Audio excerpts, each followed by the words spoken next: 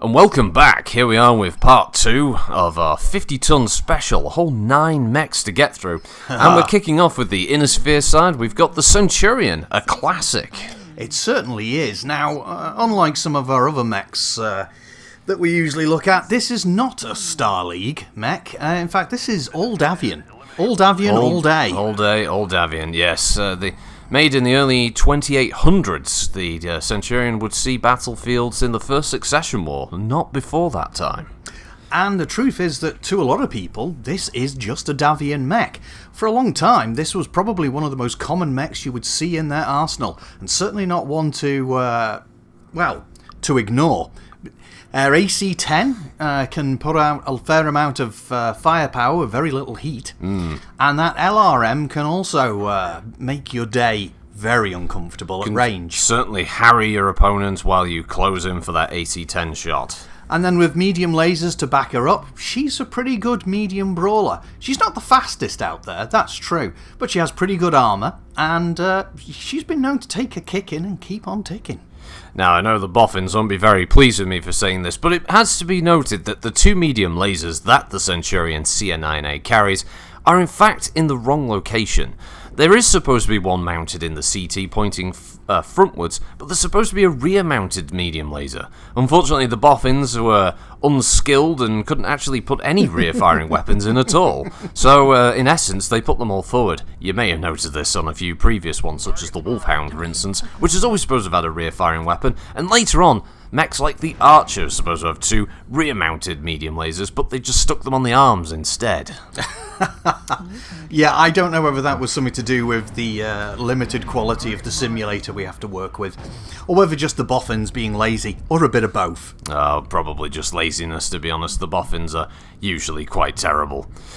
The truth of the matter is, though, it's not unusual for some mech warriors, if they could afford it and if the targeting computer would handle it, to swap out one of the rear-facing weapons for extra ammo, or, on rare occasions, even to be mounted on the front. But in this case, the rear-mounted medium laser was always a nice little bonus. Someone's going to get behind you, especially light mechs, and it can be quite annoying when a light mech's behind you and you don't have that rear-firing weapon. But that aside, this is a pretty good mech. I own 2 of the damn things. Yes, one of them, I believe, is a variant that was in the ownership of House Imara from the Capellan Confederation for quite a few years, I believe. Yes, that's right, that's right. I won't go through the tale of how I acquired it here. You can see that on my own show, as I went through a whole series talking about this particular mech, going through its innards, so to speak, and, yes, of course, talking about that infamous AC-10 ammo feed. Oh, yes, trying to find out just what it was that was causing the issue. Yes, Belly of the Beast, episode 437 through to 442, I believe. I believe so, yes, that's quite right, quite right. Yes, in Belly of the Beast, obviously, I'll go through certain mechs through multiple episodes as we literally tear her apart and virtually put her back together again.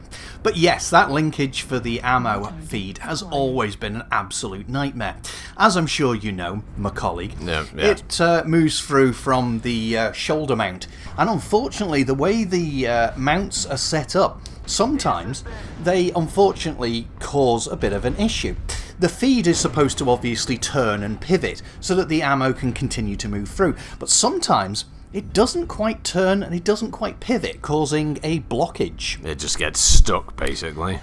Yes, basically it gets stuck. And there's virtually nothing you can do to fix the issue. Not permanently, anyway. Until, obviously, later on when they moved to New Avalon, was it? And set up a new centre there. Korean Enterprises setting up, moving their entire HQ to New Avalon there, working with the NAIS to continue to produce and improve on this rather venerable trooper mech of the AFFS. Yes, and this gave them the chance to finally fix the issue, which isn't just a case of redesigning the feed, but it actually required a slight redesign of that entire arm linkage. Not a small situation, and there are obviously a huge number of mechs still out there, still carrying that old linkage system. Yes, generally in down-and-out mercenary companies that were looking to get hold of a few of the older models that were being produced or sold off prior to the updated lines coming into effect. Yeah, the truth is that Kurita has a fair few of these mechs captured taken apart from battlefields. Oh dear. Oh, Rocket's in trouble. Oh dear. It's a Cyclops that never existed. It's 6 Cyclops. Ah, yes. Yeah, I don't sometimes know what's going on with the simulator. I can't but feel that the simulator just takes a Scrabble bag approach and just throws weapon systems onto mechs and goes, yes, that'll do. There we go. That's an opponent. But yes, as I was saying, both Kurita and Lau also seem to use a fair number of these, captured or put back together from battlefields, and obviously they suffer from the same linkage problem. I bumped into the desk, Eddie, sorry. But these days, of course, you'll also see them amongst the Lyran forces. And, she's a tried and true Inner Sphere mech. Well, I'd recommend it for anyone who's a budding collector or someone who just wants to get into, maybe, fighting in simulators. It's a good starting point. And if you are an actual mech warrior, got a little bit of experience behind you, and you can find the right stable on Solaris, there's usually a couple of Centurions always there, hot and ready to go out into the arena. Indeed there is. And that's the end of that round for the Centurion. Rocket, I think, did an okay performance. I hope for him. 312 damage, according to the boffins here. You'll see it on the screen in a second. 280 match score, and a win. No kills, but 30 points. It's it's a decent show. Nice. And going from one sea to the next, we have the Crab. Now, unlike the Centurion, the Crab is actually a Star League era design. It was created specifically for recon units, raiders, being able to stay out in the field as long as humanly possible because of its all-energy laser setup. It's a personal favourite of mine, Eddie. I've always liked the Crab and its rather unusual looks. Bit like you. That's why I like you, because of your rather unusual looks, Eddie. I take pity on you. Well, thank you for that, my colleague. It's what friends are for. Yes, friends. Yes, well, thank you for that, my colleague. Yes, the Crab, of course. Well, if you've ever seen any of the ancient Star League videos, the movies of the time, the hollow reels showing the Star League forces in action, you'll know that probably one of the most common mechs you'll have seen is the Crab. She pretty much was the mech of the Star League, one of those mechs that will always be known as that. Even a 5-year-old can tell you that when they see a Crab, they see a Star League mech. Indeed. Well, and any 5-year-old with the correct learning, let's say. The Crab has had a bit of a bumpy, tumultuous history since the fall of the League, of course. It's not how the original was built. That was the 27B, the Royal variant, that featured large pulse lasers, a medium pulse laser, and a single medium that went with it, rather than the downgrade version, which the Great Houses would scrape together as best they could, and I still think they did a relatively admirable job keeping the mech in use throughout the tumultuous succession wars. I like the word tumultuous, Eddie. It's too large, a medium and a small, meaning it can deal with some infantry with the small laser, punch quite hard with the large lasers, and having the medium as a nice backup. Well, it needs that medium as a backup because unfortunately the, as you said, the Inner Sphere variant, those large lasers can start to produce a reasonable amount of heat, but not enough that it can't pump them out pretty regularly. No, well, the other sad thing is that the Star League era variant, the 27B, was also equipped with jump jets and obviously double heat sinks, meaning it could be far more effective in the field. Now, the Great Houses obviously didn't have access to the Royal variant. That was kept specifically for House Cameron, which are now obviously gone, long since in the ground thanks to Amaris. Yes. But the Great Houses did have their own variants that they were allowed to use and produce on their own, and generally it would be this version, but it would use some of the later technology such as double heat sinks. It just didn't have access to some of the weapon systems. A rather confusing relationship between the Great Houses and the leader of the League at the time, House Cameron. Well, yes, as you say, the house, so-called house units that would serve the Star League often got their hands on some of the Star League's mechs, but not always with the full tech. Yes. Now, many of these units left the Inner Sphere, as we all know, headed off into the stars following Kerensky. I definitely always suspected for the worst, and well, with the arrival of the clans, that's definitely been proven. Yes. And we have, on rare occasion, even seen a Crab amongst the clan pilots. Yes, it has been said that some invaders do in fact still fondly remember their ancestry of their Star League heyday, and will actually still fight in Star League era pristine designs, and I have to envy them for their ability to keep these machines in fine working order. In fact, I would even be able to stomach handling a conversation with one of these clanners just to be able to get a close look at their machines. One thing I was always surprised about, though, Eddie, was the fact that the Crab, being such a venerable design of the Star League era with the SLDF, that it was never turned into a 2C variant by the clans themselves. Yes, it is a bit strange. I do wonder about that on quite a few occasions. It seems that some designs they have decided that deserve that 2C shift. Yeah, there's Rocket not living up to the quality of the Crab. I do apologise, viewers, for Rocket's complete and utter ineptitude here.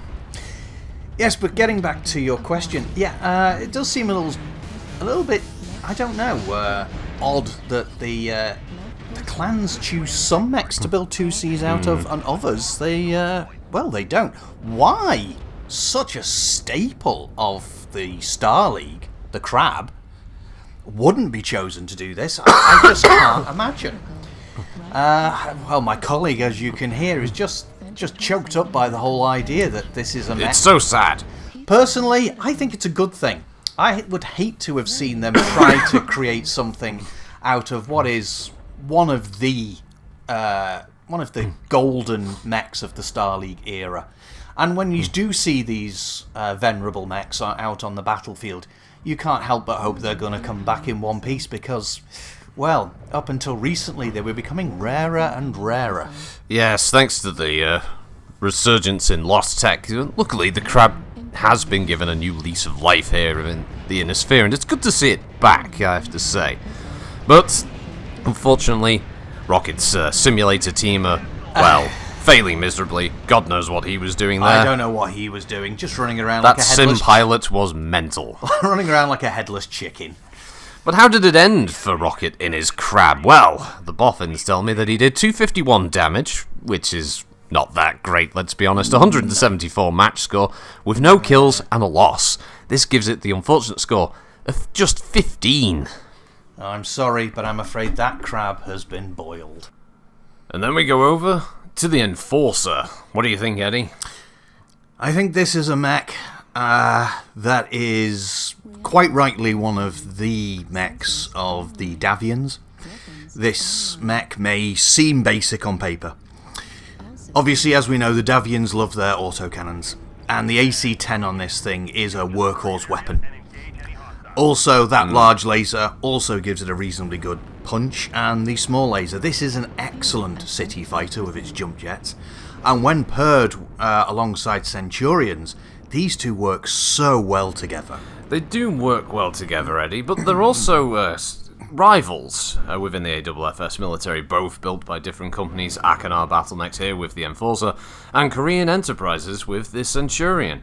Obviously, both companies would like their design to be the front runner, and as such they have competed for centuries to make both of these mechs the lead choice for the Davian military, and obviously later on the Federated Commonwealth for the brief time that was in existence. Yes, I understand that, but the truth is, they work so well together. They do complement left each and other, right hand. yes. I mean, it's amazing how well these two mechs can work side by side. And the Davians have, on so many occasions, it's impossible to number, have done just that. I have read numerous after-action reports, and I've seen a few demonstrations of Lancers, of Trebuchet, Centurion, and Enforcer working together and just absolutely tearing it. I've seen Curetans, Capellans, I've seen Taurians, I've seen bandits, raiders, pirates, you name it. They've all come a cropper of this Lance setup, and there's a good reason, as you say, that they feed well into each other, they have a great range profile. The Enforcer is a solid frontline trooper. Obviously, the rear armour is particularly weak on the Enforcer. Yes. A long-running issue that's never really been solved, even with ferrofibrous to give that slight increase in armour protection. It's never really made much of a difference for the poor thing. And obviously what we're looking at here is the original Enforcer, which was equipped with an AC-10, unlike the later D variant, which equipped an LB-10 when Lost Tech was recovered. Obviously, we're unfortunately putting this fine trooper mech in the hands of one critical rocket, who is himself a complete dullard, a simpleton, and incapable of doing anything correctly. Of course, his team may also be suffering here. The AI has once again glitched out, as most of his teammates, one's already dead, the second one's just popped. Well, they seem to have spread themselves out, as my old granddad used to say, like madman shite. Yes. A fine wording there for just how bad this is going. And the rocket's not doing much better, walking straight into rotary cannon fire there. Of course, the simulating forces here, they have custom builds. They're all very, very random. You'll see one at the end that is particularly random, I must say. Particularly egregiously random because, well, you'll see. You'll see. But let's get back to the Enforcer. I love her. I absolutely love this mech. I'm on the fence, personally, but go on, Eddie. Look, the truth is, I own 3 of them. I know, Eddie, yes. You've 2 original 4Rs and a 5 Delta. Yes, the 5 Delta. You know, I like the 5 Delta, but there's something about the original design that we're seeing here. I just absolutely love this mech. Now, as many of you know, my father ran a small operation training young men and women to be mech warriors. As you know, we had a bunch of old, mostly stripped out mechs.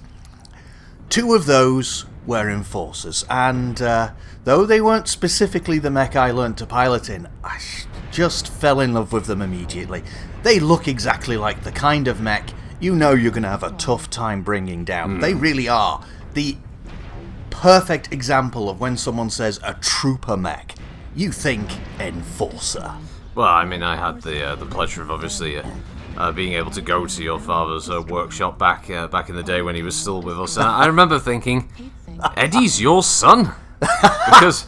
well, come on. Well, it's just he was a rough and tumble gent who knew what he wanted. He was a man's man, and then there's you, Eddie, who's much more, how should we say, delicate and less aggressive. Hey, you know I can get as covered in grease and the rest. I'm not taking away from your mechanical understanding, Eddie. It's just you just don't seem like the type to be the spawn of such an aggressive bloke, let's just say. Your father was definitely there, a mercenary in his time, working out there in the periphery, fighting against numerous great houses and periphery states. He had some tales to tell. He did. But as you know, obviously he'd made a bit of cash, and by the time, I was a young man, he'd settled down and was running his little academy. And, I just grew up under a different situation. And so there I am, you know, we own land. We're not noble or anything, but we own large enough estate of land that we can have mechs running around on it. And he had a bunch of old mechs left over. He had the skills, and there you go. And speaking of there you go... and here we go, the egregious build, as you can see here, a Mad Cat Mark II, and the AI has gone completely insane here, generating a Mad Cat Mark II equipped with a single LBX-20 and 4 LRM-20s. It's just, not only is it wildly heat inefficient, but it's also really, really bad. Well, we're about to see how really, really bad it is when it decides to Alpha Strike, and then here we go. And he's shut down. And there we go. And the Corsair, now, of course, the Corsair is a bit of a glitch. It was put together by the Boffins from old code. We're not quite sure what mech it was originally supposed to be. Old mechs. The Boffins designated it the Corsair. It was a mech that was created. There's still a debate going on as to whether we'll even feature it in a later edition of Best in Class. It's still up in the air at the moment. Yeah, But that's the end of that round. Well, he wasn't Best in Class. He definitely was not. The Enforcer scored 228 damage with 154 match score, no kills, and a loss. A mere 15 points, Eddie. Disappointing by Rocket. Very disappointing. Very disappointing. Sorry, Enforcer. And now, Eddie, we roll over to one of the big boys, the Hunchback. The Hunchback. There's not much that needs to be said about the Hunchback. She is the Star Curitan Street Fighter. Yes, much like the ancient fighting game that would crown kings and queens of their ancient countries. The Hunchback certainly is the Ryu or the Ken of the those things weren't real. What? They were games. What? As we all know, the Hunchback is a venerable Star League mech, and I mean venerable. She has been on the battlefields for over 500 years, or close to, and yet she's never missed a beat. Well, no, it's hard to miss when you're firing the Tomodzuru Type 20 autocannon produced originally for the Curitan forces. The Hunchback is a particular favourite of mine. I have to admit, it was this or the Nova when I was originally looking at the lineup for this episode. I had to just about give the edge here to the Nova, but close second's definitely the Hunchback, Eddie. I think for most people, the Hunchback is one of those mechs that you don't turn your back on, quite literally. Oh, no, of course not. Known as I mentioned in the intro, an executioner mech, a dubious reputation, I think, for many pilots to be the type that's specifically sent in after the initial advance and, well, putting people out of their misery, essentially. The Hunchback has had a long reputation of finding weakened or softened targets and, well, putting them down with its incredible short-range firepower. Really, the only drawback to the Hunchback is its any kind of ability to engage targets at range, even some of the other variants that have since been designed, swaybacks and the like, have never really addressed the range issue that the Hunchback has always suffered. Yes, that's quite right. And some have tried to obviously extend the battlefield performance of the Hunchback by removing the autocannon and 20 and replacing it with something a little lighter. And obviously there's the famed swayback that uses a number of, medium-base lasers. Oh, yes, But that suffers from the exact same problem. No ranged punch.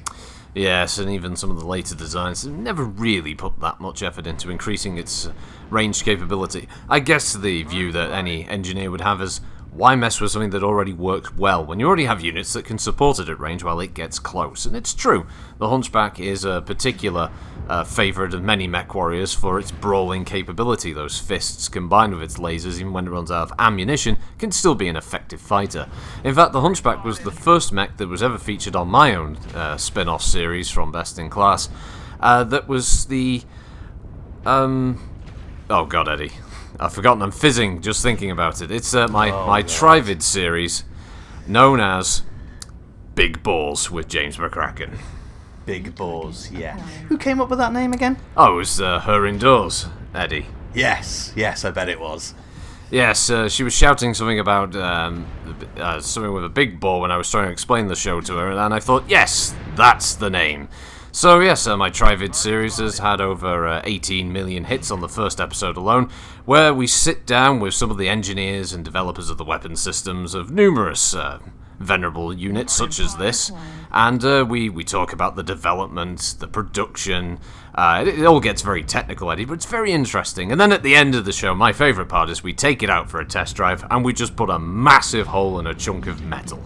Yes, I have to admit, I do enjoy listening to a lot of the technical information, and I've had a few of the same people on with me when we've dived into the bowels, obviously, of some of the mechs. Yes, Chief Designer Arnold Skivvy of one of the famed Defiance Industries weapons specialists has always been a regular on both of our shows, of course. That's right, good old Arnold. Yes, he has, but I have to admit that though several of the weapons you use are, as you say, big board, I have a feeling that your wife may have had something else in mind. I can't think of what you're talking about, Eddie. He's amusing himself, folks. I don't know what he's finding so amusing. Eddie, you're always laughing at your own jokes. Yeah, I don't think this was my joke. Anyway, getting back to the good old Hunchback. Well, Rocket's doing fairly well in this at the moment, I have to admit. He's not dead, which is always a good positive sign for him. But, yes, it's true. He's actually doing much better in this Hunchback than he did in the 2C made by our clan cousins. Yes. Well, Maybe he just feels more of a kinship with the Inner Sphere design. There are some stark differences, of course, but one of the key ones is that this version is, well, faster than the Hunchback 2C. Yes. Doesn't suffer the heat issues that the 2C suffers from. Yes. And it's also got a little bit more ammunition. Yeah, that's true. That's very true. Obviously, the Hunchback 2C, as we mentioned, I think, is one of those sort of last chance mechs. If you can't get a kill in this, you don't deserve to be in a mech. Whereas the actual Hunchback, as you said, though a battlefield executioner, is also an absolute star when it comes to street fighting, and a terror to behold. Now, it's true that a few of the mech warriors have become a little over-impressed with their ability to do damage, and have thrown themselves into a number of nasty fights, including trying to take... This is a street fight here, Eddie. He's been harassed. He's nearly dead. Yeah. The Griffin is circling for the kill. Yeah, this is getting probably the range. Rocket's not. He's not turning his torso. Oh! He bags him. XL engine. Nice. But, yeah, I mean... He just took out another, obviously, venerable... He's down. And that's him down himself. But the problem sometimes is that some of the pilots get a little bit too enthusiastic about that AC-20 and start trying to take on much larger opponents. And that has been a mistake that very few have survived. I have to admit, sitting in the controls of a Hunchback 4G in the Solaris Arena back in the day, yes, it's very easy to get carried away. You are aware that you have this incredible amount of firepower available to you, and you just want to get in there and start firing. And it can very quickly turn the tide of a battle, but at the same time you can very quickly run out of ammunition and find yourself running around with just a few lasers. You're basically a cicada at that point. Yes, I mean, this thing does carry 10 tons of armour, which means it can take quite the beating. But unfortunately, as we saw there with Rocket, that's not quite enough, especially when you're throwing yourself up against heavier opponents. But it is enough to get the victory, as he also scored himself, according to the Boffin's figures here that are just coming in, 518 damage, 424 match score, 2 kills a win, 60 points, Eddie. Just 5 short of the Nova. Impressive. Well, go on, Eddie, it's yours. It's the trench bucket, ladies and gentlemen, the trench bucket. It's the Trebuchet. Or the tree bucket, as my old dad used to say. Ah, yes. The old nicknames are the best ones for the older designs out there. The Trebuchet, the fire support. And we've already talked about the Centurion and the Enforcer, so it seems right that the Trebuchet would get its time now in best in class. It does, and the truth is that this is a much... I don't know about maligned, but perhaps misunderstood mech. Now, as I'm sure you're all aware, there are a lot of pilots out there who try to gung-ho it. They try to charge in on their own, they think that they're the centre of the fight, that they think that they're the one and only. And the thing is, the good old tree bucket, or trench bucket, or Trebuchet, was never built for that. She was built to be part of a team. Yes. She is a lance combatant. She's a team player. And when used properly in that regard, she is spectacular. She can be, Eddie. With the right team protecting her and allowing her to get the shots that's required, the Trebuchet can do a fair amount of damage. I have seen some footage from the Second Succession Wars in which a group of Mareks used this mech absolutely beautifully against, my home team, you could say, of Steiner. They where my grandfather originated, and they used it beautifully. They absolutely tore through the opposing side. By the time they got in close enough to bring their weapons to bear, most of their armour had been just shredded, and this was one of the mechs that did it. Target acquired. Yes, well, the Trebuchet's limited ammunition, if used well, can produce those results, Eddie. It's true. The Trebuchet is usually paired with archers in the role of fire support as well, and you can imagine with both of those mechs raining down missiles upon you, morale can fall fairly quickly. We've seen many an enemy force fall back just from the sheer firepower that these mechs can deliver together. Yeah, there's the joke about them darkening the skies with their LRMs, and I can believe from the footage I saw that that's exactly what those poor pilots thought when they saw the firepower coming in at them. Those Lao pilots had no choice, no chance, no... well, they had no armour by the time they got in close. Was it Lau or Steiner? Steiner, sorry. You got Lau on the brain, Eddie. Yes, I have. My apologies. It's because of where we ordered for dinner, wasn't it? That Chinese place. I think there was something a bit wrong with it, to be honest. My stomach is all over the place. I was fine. I had the char siu fried rice. It was very nice. Yes, I'm sure you did. Obviously, I like to be a little bit more exotic. Not sure about the little happy picture of Romano Lau on the box, though. That's a bit suspect there. I like the dumplings, but they seem to be giving me something. I don't think I've ever seen Romano Lau smile, to be honest. Didn't though he could smile. I thought he was genetically incapable. But that aside, yeah. Like I said, sorry, I have seen quite a lot of footage recently of the Trebuchet when we know what mechs we're coming to talk about, and I just wanted to have another look at some of it. And yes, it really is a much misunderstood mech. Well, there are many who, as you say, would prefer to be in the thick of the action, front, punching, kicking, dispensing ammunition left, right, and centre. The Trebuchet it could be argued as being the thinking man's battle mech, working alongside a fellow LRM mech, or with its intended brethren, the Centurion, in the idea that it fixes the target with the Centurion engaging at short to medium range and the Trebuchet supporting with long-range fire. 2-on-1, essentially, to whittle opponents down very quickly.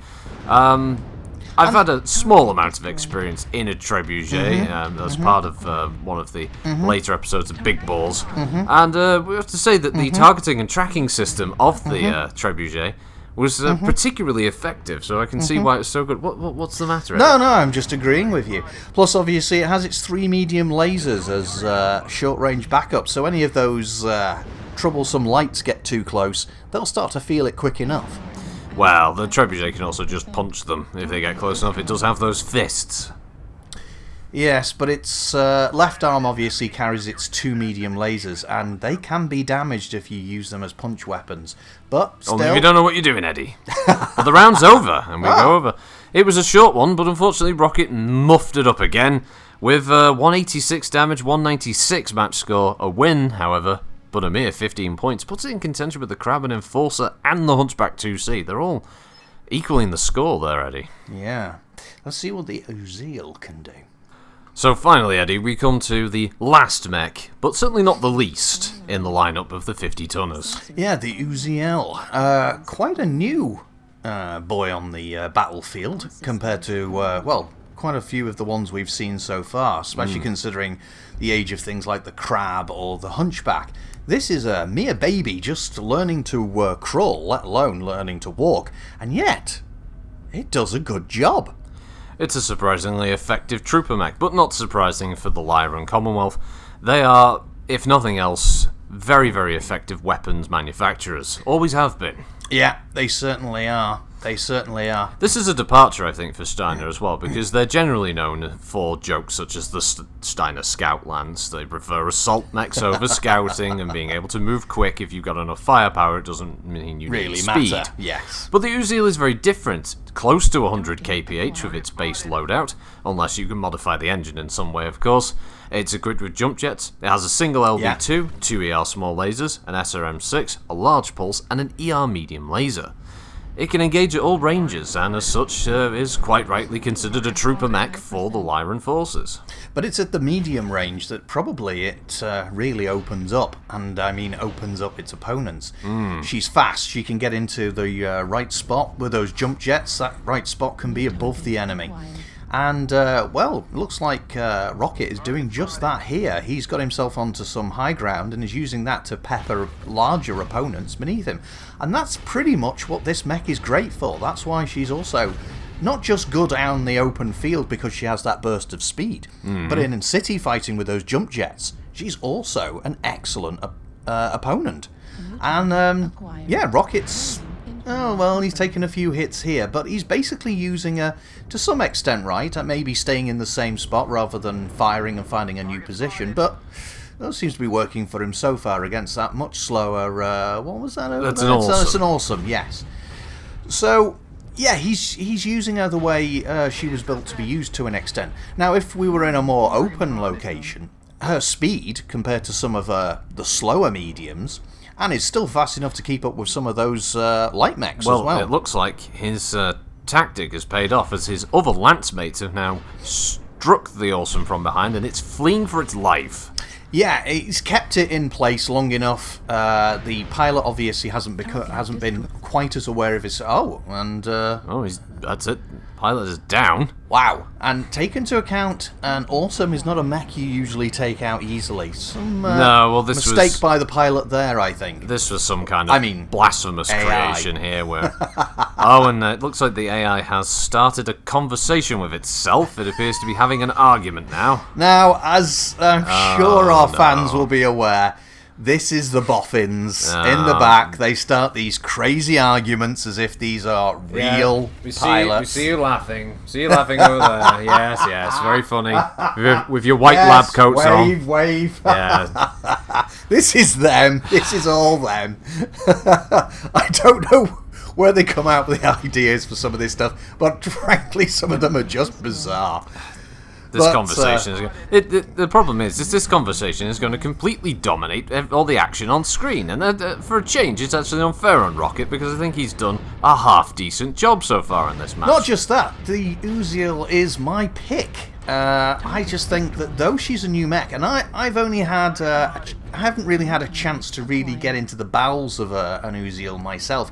Being a relatively new mech, they're difficult to get hold of, but I have been talking to a few people in hopes that sometime later in the year or early next year I'll be able to get my hands on one. Mm-hmm. But I think she's an excellent mech. All of the information I've had the chance to briefly pilot one around one of the parade grounds.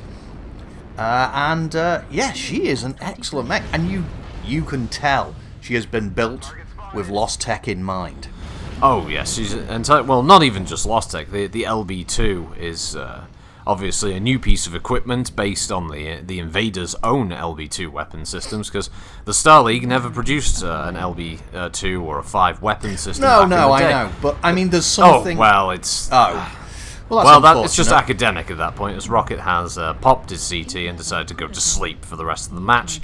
But of course, he'll be dreaming of pizza. The chat is still ongoing. Yeah, I don't know what those guys back there are doing. They're laughing their heads off. But that aside, you feel like you're in something a bit more advanced. You can feel that every part of it has been built with the Lost Tech and New Tech in mind.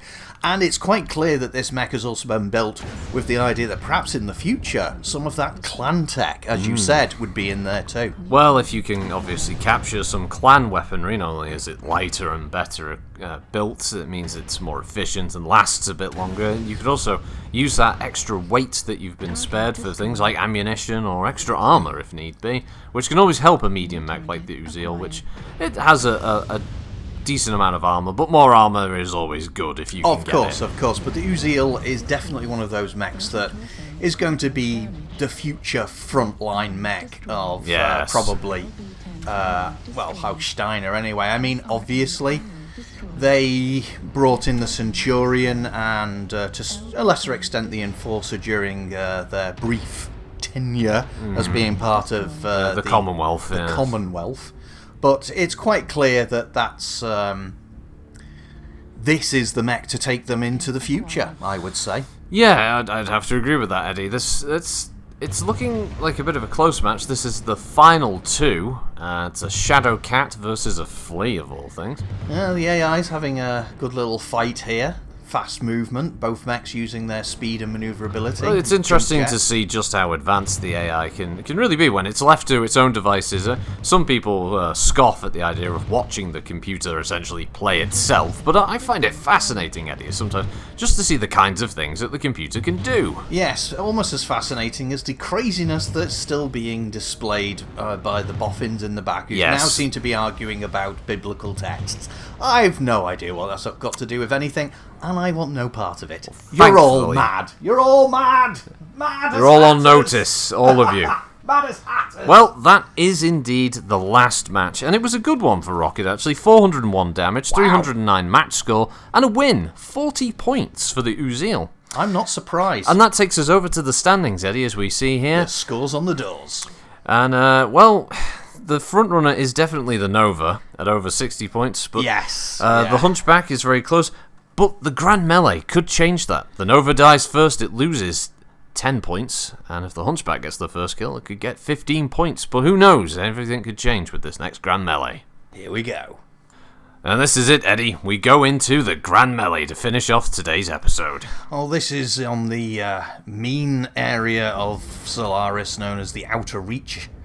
And some of the pilots here, they are hungry. And when I say hungry, I mean genuinely starving. Yes, fighting for a sausage roll on this particular occasion. That's right, that's right. But this is where the mean men and women get into those mechs and they open each other up and they just tear each other. And as you can see, there are ballistic rounds everywhere, lasers, explosions galore. It's just like a party in my head. This is amazing to watch.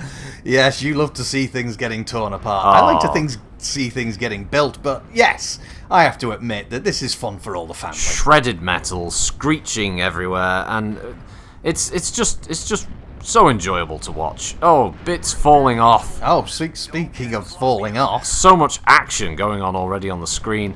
It's difficult for Rocket to keep it all in shot, but he's trying his best with this one. Well, I think did we already lose the mech? We may have done, Eddie. It's so chaotic. There's so much going on, There's isn't there? so much going on. I believe the Hunchback 2C may have already died here, as we've got the Huntsman squaring off there with the Centurion. The Huntsman showing a bit of damage already, smoking there in the arm or torso. We've got the Trebuchet, which is definitely at a disadvantage, trying to use its LRMs unguided. Yeah, that's It's doing a good job. It does have its mediums to keep it... Oh, there's another kill there. I believe that was the Nova that went down, our front runner in the match. Fortunately, it doesn't lose any points. Yes. Only the Hunchback 2C loses points, for it's the first mech to die. But who will be the one to win those bonus points? Yes, now that's the top 3 mechs. Who's going to be our final 3? Yes. Will it be the Ukulele? My choice. Well, the Ukulele has put in a good showing so far, Eddie, and this fight's going on. I have to say, though, the Enforcer is definitely pulling away from its earlier performance. It is doing rather well. Both the Enforcer and the Centurion here seem to be doing pretty good, but the Enforcer's had that... there they are clashing as the two fire at each other, going past as they move over to other targets. The Enforcer making good use of its jump jets, keeping itself mobile and making itself a more difficult target to hit. We've got the Hunchback squaring off with the Crab. The Centurion just taking whatever shots he can get. There's the Trebuchet, piloted by someone there with a "Aoop" written on the front. These are crazy people. Oh, all of them. Completely insane. The most insane... Oh, and that's the Crab destroyed there by the Hunchback. Not surprising, given the firepower that the Hunchback can bring. Yeah, that's true. Limited ammunition, but when it hits, by God, it hits. Oh, the boffins still haven't fixed the glitching with the frame there. They'll have to smack them a bit more, get them to work a bit harder. Yeah. Well, they obviously have time on their hands with that crazy messing stuff around with that chat. typing. What were they going on about there, I have Eddie? no idea what that argument was about. Whether that was just some craziness or two of them just lost it. Satan was a cockless bitch. I haven't heard here this we one. go. More deaths going on here as the fight's now coming down to the... Oh! And another. It's the final 3. We've got the Huntsman versus the Enforcer versus the Centurion. Wow. Honestly, Eddie, I didn't think it would go down to these 3. But it's a nail biter. The Huntsman definitely putting as many shots, but it's dead. This is down to the Centurion and the Enforcer. And that Centurion, my goodness, though the Enforcer's had the kills. That's it. It's pretty much done for the Enforcer, but my God, it's had a few kills there. You know what? The Enforcer gets an honourable mention as the combatant here in this Grand Melee. It did a remarkably good job taking out numerous opponents. Yeah, but you've got to give it to the Centurion as well. I mean, it still has all its limbs. He's still fighting. I mean, he's obviously the winner of this. Well, yes, the Centurion does get the bonus points. Centurion trying to use some kind of death from above. And there's the Enforcer's dead, and the Mr. Big's now cleaning house. And yet, look at that Centurion. He's still going. He refuses to die. He's returning fire. We don't actually have the sausage rolls. The Mr. Bigs have to put him out now, or it's going... Oh, there we go. He so wants that sausage roll. Oh, thank God. So, there we go. We're going to go over to the standings now, Eddie. As it stands, the Nova wins today's episode with 77 points. Impressive. Followed by the Hunchback with 62. The Uziel with 58. A nice third place there. The Centurion moves up to 4th with those bonus points. The Huntsman at 5th with 49. The Crab in 6th with 31. Right. The Trebuchet with 25. And then at the bottom of the pile, unfortunately, the Enforcer with 19. And holding them all up with strong shoulders, it's the Hunchback 2C with 11. Pathetic. Oh, yes. Really pathetic. Not good for the clans there. And that ends this episode of Best in Class on that long tom. We'll see you next time, everybody. Goodbye. Goodbye. And yes, thank you everybody for watching once again for another episode of Best in Class. Always a lot of fun to put together. Trying to ad-lib over those matches is sometimes a little bit stressful, trying to come up with something that's entertaining, but thank you to everybody who helped us, as always, with the Drag Race and the Grand Melee. I hope you enjoy these still, everybody. Have a good week. Thanks for watching. Bye-bye.